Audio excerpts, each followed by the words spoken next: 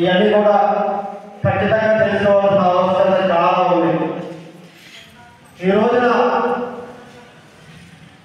మన గిరిజన ప్రాంతంలో మనం పుట్టి ఇక్కడే పెరుగుతున్నాం, కానీ ప్రపంచ నలుమూలలో ఏం జరుగుతుందో కూడా తెలుసుకోవాల్సిన బాధ్యత మనందరిపైన ఉంది. ఇప్పుడు మన గిరిజన ప్రాంతాల్లో చూసుకున్నట్లయితే ప్రభుత్వం అనేక చట్టాలు రూపొందించాయి. ఈ చట్టాలు ఇప్పటికీ కావు, బ్రిటిష్ వారి కాలం నుండి కూడా ఈ చట్టాలు తయారు చేయబడ్డాయి. కానీ ఈ చట్టాలు కాగిత రూపంలోనే ఉన్నాయే తప్ప మన గిరిజనులకు మాత్రం అమలు కావడం లేదు. కారణం మన పాలకులు, మన పెద్దలు. నిజంగా బ్రిటిష్ వారి కాలంలోనే మన పెద్దలు చేయగలుగుతూ బ్రిటిష్ వారిని తల్లిదండ్రులు జరిగింది. మరి ఇప్పుడు మనం ఏం చేస్తున్నాం? ఇప్పుడే అనేక చెప్పారు భావి తరాలు కలిసి. ఈ భావి తరాల వాళ్ళ కోసం ఒక చిన్న పద్యం చెప్తారు. ఈ పద్యం కూడా బంగారు పనులో భావి పాలనే దారిలోనే నారా కృష్ణారావు గారు దీన్ని రాశారు. అది చిన్నది, మీకు ఉదాహరణ చెప్తాను. అడవిలో విడిసి ఎందుకు కాపుకుంటూ ముద్దని కాపువాడు తనకు నాడు దేవులో బాధితుండే చిన్ని మంత్రి అక్కడ కొన్ని తెచ్చి వేటలాడగా దాని బిడ్డ తెలుసు తనదు పరివారాలు తెలుసు పనిచేయవచ్చు తాగి తీరే మీరు ఈ 3 కాలమని చెప్తున్నది చేతనరా అని రాజుగారు మామిడి టంకలు నాడుతున్నటువంటి ముస్లింని అవహేళన చేస్తారు. అవహేళన చేస్తే ఆ ముస్లింవాడు ఏమంటాడో తెలుసా? ఓ రాజా, ఇది నేను నిర్ణయిస్తాను, మన భవిష్యత్ తరానికి కోసం నేను ఇది దాటిస్తున్నాను అంటే అప్పుడు ఆ రాజుగారు సంతోషించి ఆ ముస్లింవాడికి బంగారు అందిస్తారు. ఇది పద్యంతాలు సాహసం. కానీ ఇప్పుడు మనం సాధించుకోవాల్సింది తెలుసా? భవిష్యత్ తరాలకి మనమందరం చేయి కలిపి మనమందరం ఒక తాడిగా రావాలి. ఇప్పుడు ఒకటే చెప్తున్నాను, ఇక్కడ జీవో నెంబర్ 3 పోయింది. పెద్దలందరూ ఎంతో ఉద్యమాలు చెప్తున్నాం. కానీ ఇప్పుడు దానికి ప్రత్యేక చట్టం తీసుకురామని, ఉద్యోగ నియామకాల చట్టం తీసుకురామని కోరుతున్నాం. ఇప్పుడు గవర్నమెంట్ కూడా మనం ఈ సందర్భంగా, ఈ సభ సందర్భంగా కూడా మనందరికీ తగ్గిపోవడం చేస్తాం. ప్రత్యేక ఉద్యోగ నియామకాల చట్టం తీసుకురావాలి. తీసుకువస్తేనే రేపటి జనరేషన్కి భవిష్యత్ తరాలందరూ కూడా ఇది దిశానిర్దేశం అవుతుంది. ఇప్పుడే చూస్తున్నా, నంపి చోట వెళ్ళినప్పుడు అక్కడ ప్రజలు, మన ఆదివాసి బిడ్డలు భీకరమైన వర్షం, ఆ వర్షంలో కూడా ఎంతో తడుస్తూ అట్లా ఉండిపోయారు. మేము వేరే మేము కూడా తడుస్తూ అలాగే ఉన్నాం. అది నిజమైనటువంటి ఆదివాసుల ఐక్యమైన అంటే మనం మన ప్రాణాన్ని కాపాడు. అలాంటి ఆదివాసీ కుటుంబాన్ని చూసిన మనందరం ఈరోజు ప్రపంచ ఆదివాసీ దినోత్సవాన్ని ఈ సందర్భంగా జరుపుకుంటున్నందుకు చాలా సంతోషంగా ఉన్నారు. ముఖ్యంగా మరి ఈరోజు ఏంటి, ఇంకోటి కూడా ఉంది. నిన్న అవి కనపడలేదా? సో వాస్తవానికి మన పండుగలు ఏంటి? కొర్ర కొత్త, ఉడమ కొత్త. ఏ పంట మనకు కొత్తగా వస్తే ఆ పండగ చేయడం మన కొత్త, అది మన కొత్త కదా. ఇప్పుడే మనం భోజనం చేస్తాం. ఏ విధంగా భోజనం చేస్తాం? పేపర్ ప్లేటు, చికెన్ ఫ్రై చెప్తున్నాం. ఇవన్నీ మన వంటకాల కాదు. ఇవన్నీ మనం లేదంటే ఇవన్నీ మనం మెయింటైన్ చేస్తున్నప్పుడు మనకు రిజర్వేషన్ ఎందుకు అని అడుగుతారు. మన రిజర్వేషన్ తీయడానికే మనకి కొత్త అన్నీ మనకు అలవాటు చేస్తూ ఉన్నారు. సో ఇలాంటి పరిస్థితుల్లో మనం ఉన్నాం. అసలు వాస్తవానికి ఈ దేశానికి స్వతంత్రం రావడం కోసం ఆదివాసీలు మొట్టమొదటిగా ప్రాణాలు అర్పించారు. ఆ ప్రాణాలు అర్పించడంలో కామన్గా మనకి హిస్టరీలో ఏముంటుంది? బ్రిటిష్ వాళ్ళ మీద తిరుగుబాటు ఎప్పుడు జరిగింది?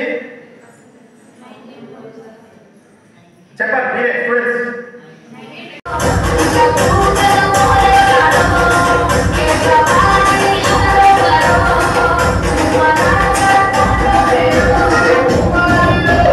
ఈరోజు మన ఆదివాసీ దినోత్సవ శుభాకాంక్షలు.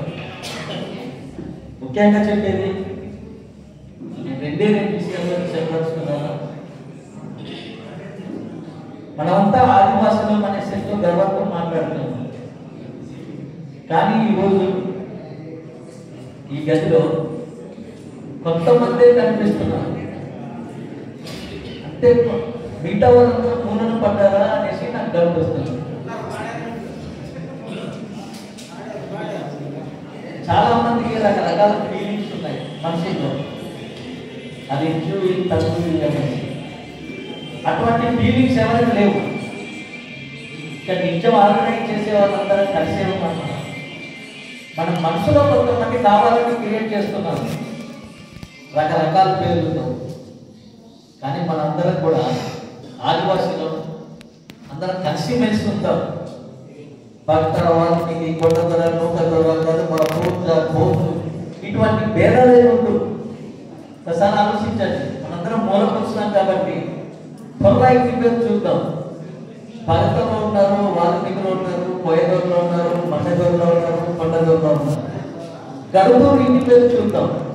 భక్తలో ఉన్నారు, వాల్మీకిలో ఉన్నారు. అలాగే సాగర్ ఇంటి పేరు చూద్దాం.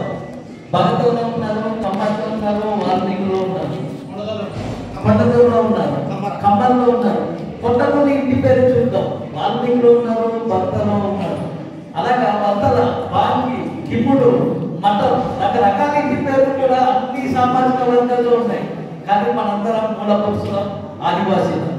ఇకపై అందరం కలిసి కట్టుగా ఉంటాం. ఎప్పుడు ఏ కార్యక్రమం చేయాలన్నా కానీ ఎప్పుడు కనిపించే వాళ్ళే కనిపిస్తున్నారు, కొత్త మొక్కలు కనిపించట్లేదు. కారణం ఏంటో అర్థం కావడం లేదు. నేను రిక్వెస్ట్ చేసేది ఏంటంటే ఇక పైన ఆర్గనైజ్ చేసే వాళ్ళకి సహకరిద్దాం. మనందరం ఆదివాసీలం, మూల పురుషులం. ప్రపంచంలోని సుమారు 90 దేశాల్లో ఈరోజు ఈ పండగ చేసుకుంటాను. ఎంతో ఘనంగా పొయ్యుందరు కూడా మూలను పడి ఉంటుంది మా ఊళ్ళో. ఈరోజు చాలా ఘనంగా చేస్తున్నారు. జీకే విధంగా ఇంత బాగుంటుంది అనే ఉద్దేశంతో యాక్చువల్గా ఈరోజు పాడేరు వెళ్ళాలి కార్యక్రమానికి. పాడేరు మిస్ అయ్యాను. జనంలో అమ్మ విష్ణుమూర్తి అందరూ ఫోన్ చేశారు, సార్ మీరు మాకు చీఫ్ గెస్ట్గా రావాలి. ఎప్పుడు లేదు, మేము 2000 జనాలతో మేము జనంలోని మంచుల జనం మొదటిగడ్డ పంచాయతీ చేసుకుంటున్నాము అనేసి చెప్పారు. మా ఎంఆర్ఓ సార్ కూడా చెప్పారు, సార్ జీకే వీధిలో ఉంటారు అంటే నాకు చాలా ఇష్టం. మా హక్కుల గురించి నిరంతరం పోరాటం చేసే శ్రమజీవులు, ఆదివాసులు మా నాయకులు ఉన్నారు సార్. ఒక్క మాటలు చెప్పాలంటే అల్లూరు జిల్లాలోనే ఒక పోరాట యుద్ధులు పుట్టిన గడ్డ జీకే వీధి సార్. అటువంటి వాళ్ళు నేనేం చేయలేకపోయాను. నేను ఈరోజు వెళ్ళిపోయాను. కానీ హెడ్ క్వార్టర్లో ఉండేసి బాలకరాన్ని ఇష్టం ఏంటంటే స్కూల్కి వెళ్ళడం, పిల్లల్ని పంపిస్తారా లేదనేసి మన నాయకులు ప్రతి స్కూల్కి తిరగడం. ఫోన్లు చేస్తే కొంతమంది ఫోన్లు ఎత్తారు. చాలా బాధాకరమైన విషయం. పిల్లలు లేకపోయినట్టయితే ఈరోజు మనం ఎంతో నిరుద్దాసిందే వాళ్ళం. ఈరోజు మన పండగ. సర్టిఫికేట్ కావాలనుకుంటే అందరం పరిగెడుతున్నాం. ఇక్కడ ఎలా ఉందంటే పోరాడితే మనకు కూడా ప్రతిఫలం వస్తుంది కదా అని ఆలోచనలో ఉన్న చాలా మంది ఉన్నారు. దయచేసి అటువంటి పిల్లలు నేను రిక్వెస్ట్ చేసేది, ఆ రోజు అంబేద్కర్ ఏమన్నారంటే స్వాతంత్ర్యం కావాలా, నీకు ఏం కావాలని ముందడితే స్వాతంత్ర్యం కంటే నా దళిత పీడితులకి ముందు విద్యను అందించండి అనేసి అంబేద్కర్ కోరాడు. మీరందరూ బాగా చదువుకోండి. బాగా చదువుకుంటే నీకు కూడా మన స్టేజ్ ఎక్కేసి మాట్లాడే అవకాశం వస్తుంది. అటువంటి అవకాశాన్ని తప్పించేది ఏకైక ఆయుధం విద్య. విద్యను నమ్ముకుంటే మన భవిష్యత్తులో బాగుపడతాం.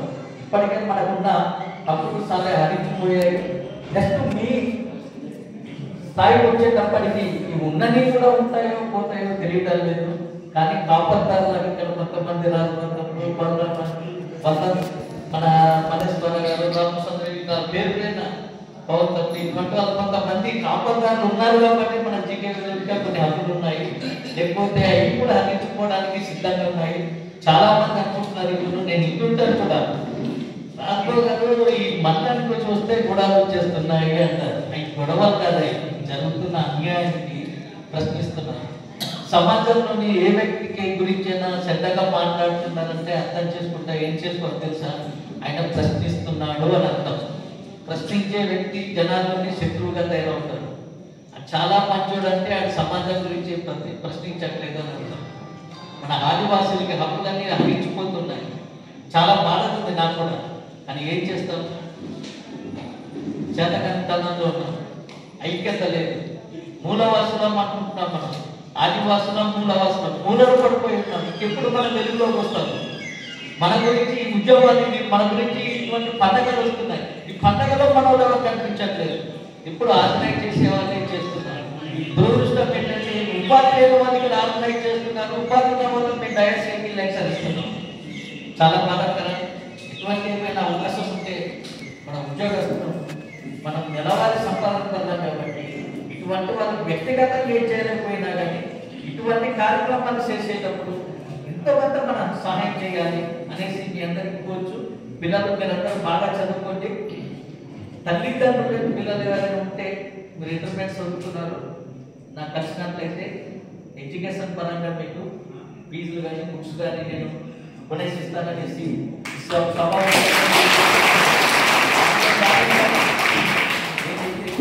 ప్రతి నెల నా జీతం 10,000 రూపాయలు. పిల్లల గురించి ప్రభుత్వం అయితే విమర్శించట్లేదు. 1 నుండి 5వ తరగతి వాళ్ళకి నోట్ బుక్స్ ఇవ్వట్లేదని నాకు తెలిసింది. చాలా ఊళ్ళలో ఇస్తున్నాను. ఇప్పుడు ఒక 1000 మందికి వాళ్ళని రెడీగా నేను ఆల్రెడీ 200 మందికి ఇచ్చాను. మిగతా స్కూల్స్ కూడా రాసుకుంటున్నాను. మీరు బాగా చదువుకునే పిల్లలు, తల్లిదండ్రులు లేని పిల్లలు ఎవరైనా ఉన్నట్లయితే నాకు కాంటాక్ట్ చేసినట్లయితే వాళ్ళకి వేరే అయితే ప్రొవైడ్ చేయలేను, కానీ ఫీజులు కడతాను. స్టడీ మెటీరియల్ బుక్స్ ఏమైనా అయితే కొనిస్తాననేసి ఈ సభాముఖంగా తెలియజేసి